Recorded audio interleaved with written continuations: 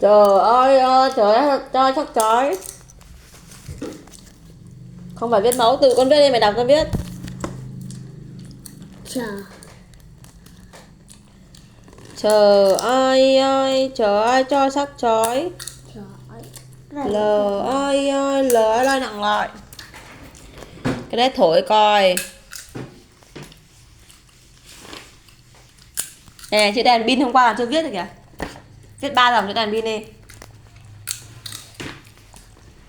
Cho lên bàn của viết là thôi.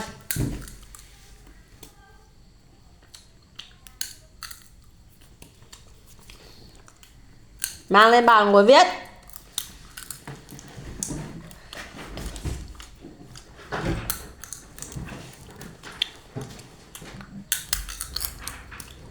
Ba học luôn đó mẹ. Ừ.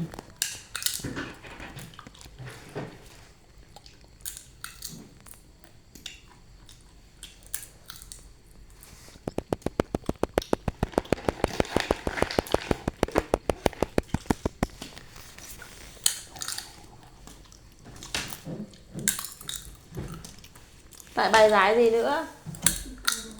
Bài 4 đọc đề bài đi. Trong 8 giờ bác công nhân làm được 32 sản phẩm. Hỏi mỗi giờ bác công nhân làm được bao nhiêu sản phẩm. Biết số sản phẩm làm được trong mỗi giờ như nhau. Thì phải làm phép tính gì? Đọc lại đề bài. Mày đừng có nói từ cộng trừ nhân chia cho tao. Sau 8 giờ bác công nhân làm được 3 sản phẩm. Hỏi mỗi giờ bác công nhân làm được bao nhiêu sản phẩm. Lấy vở nháp, lấy cái nháp ra. Viết số, viết vào là trong 8 giờ là đã biết thời gian 8 giờ bác làm được rồi.